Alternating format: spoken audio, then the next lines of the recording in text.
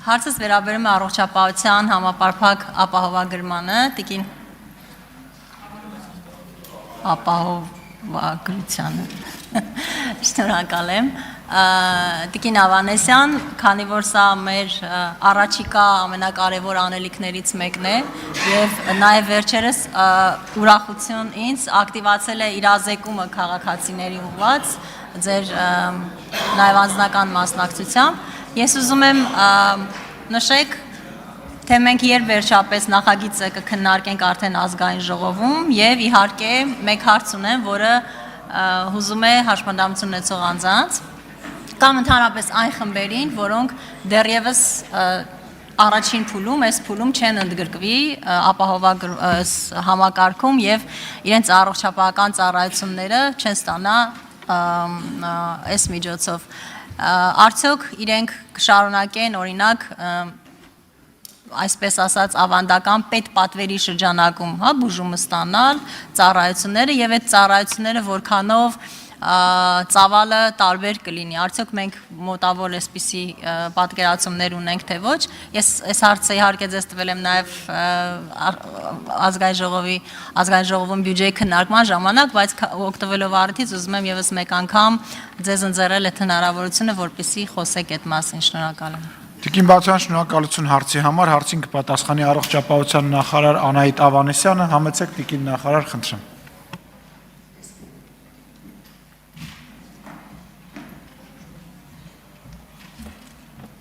Շնորհակալ եմ տիկին Բաթյան հարցի համար, իսկապես կարծում եմ ինչքան խոսենք ապահովագրության ներդրման, փուլայնության, բովանդակության մասին, այնքան նպաստելու ենք, որ համակարգը հասկանալի եւ մարդկանց համար պատկերացնելի լինի եւ այո, առողջության համընդհանուր ապահովագրության ներդրումը ըստ էության վերաբերում է բոլորին։ Եվ իհարկե ես վաղը իմ ելույթում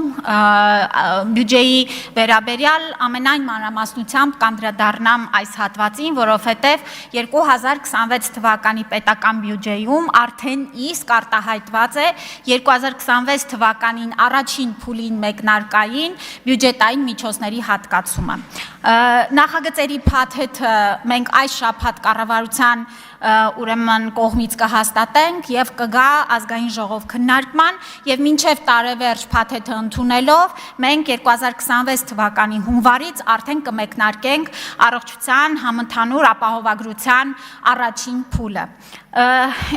Տիկին Բաթոյան, մեր ռազմավարությունը հետեւյալն է, որ ապահովագրության ներդրումը 3 տարվա ընթացքում է իրականացվելու, այսինքն 2028 թվականին արդեն մեր երկրի ամբողջ բնակչությունը պետք է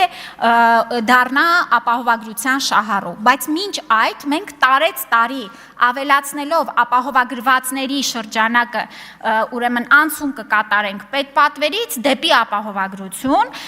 եւ ինչպես նաեւ հանձնաժողովի քննարկումներին մենք փաստեցինք 26 թվականին դեռ պետպատվերը որպես միջոցառում արտահայտված է պետական բյուջեում եւ բոլոր այն խմբերը, ովքեր որ առաջին կամ երկրորդ տարում դեռ չեն ներառվելու ապահովագրության մեջ, կշարունակեն օգտվել պետական պատվերի իրենց ծառայությունների շրջանակից։ Դուք նշեցիք հաշմանդամներին, ես ասեմ, որ 2026 թվականից առաջին փուլով պետական բյուջեի միջոցներով ներառվող խմբերի մեջ հաշմանդամները եւ սոցիալական անապահովության 28 միավորից ավել ունեցող ընտանիքները եւս ներառվելու են ապահովագրության շրջանակներում եւ սա է պետության նաեւ քաղաքականությունը առաջնահերթ լուծելու մինչեւ 18 տարեկան երեխաների 65+ տարիքի անձանց եւ այս խոցելի խմբերի ապահովագրական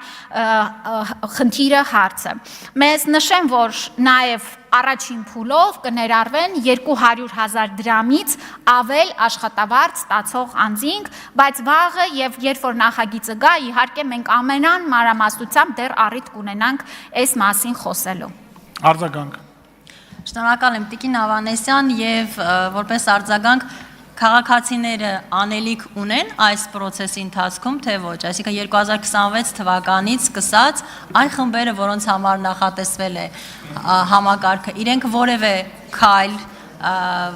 գրանցում, որևէ դիմում, որևէ բան ունեն անելու թե ոչ, թե ավտոմատ կերպով պարզապես եթե արդեն ընդգրկված են համակարգում, առողջական տարբեր խնդիրներ ունենալու դեպքում կդիմեն եւ այլն։ Այս քայլերն եմ ուզում ասել, թե քաղաքացին ինչ պետք է անի 26 թվականից սկսած։ Շնորհակալ եմ։ Տիկին Մաթոյան, իհարկե մենք քայլարշավը մանրամասն կետերով կներկայացնենք, բայց նշեմ, որ նախ պետությունը իր մասով,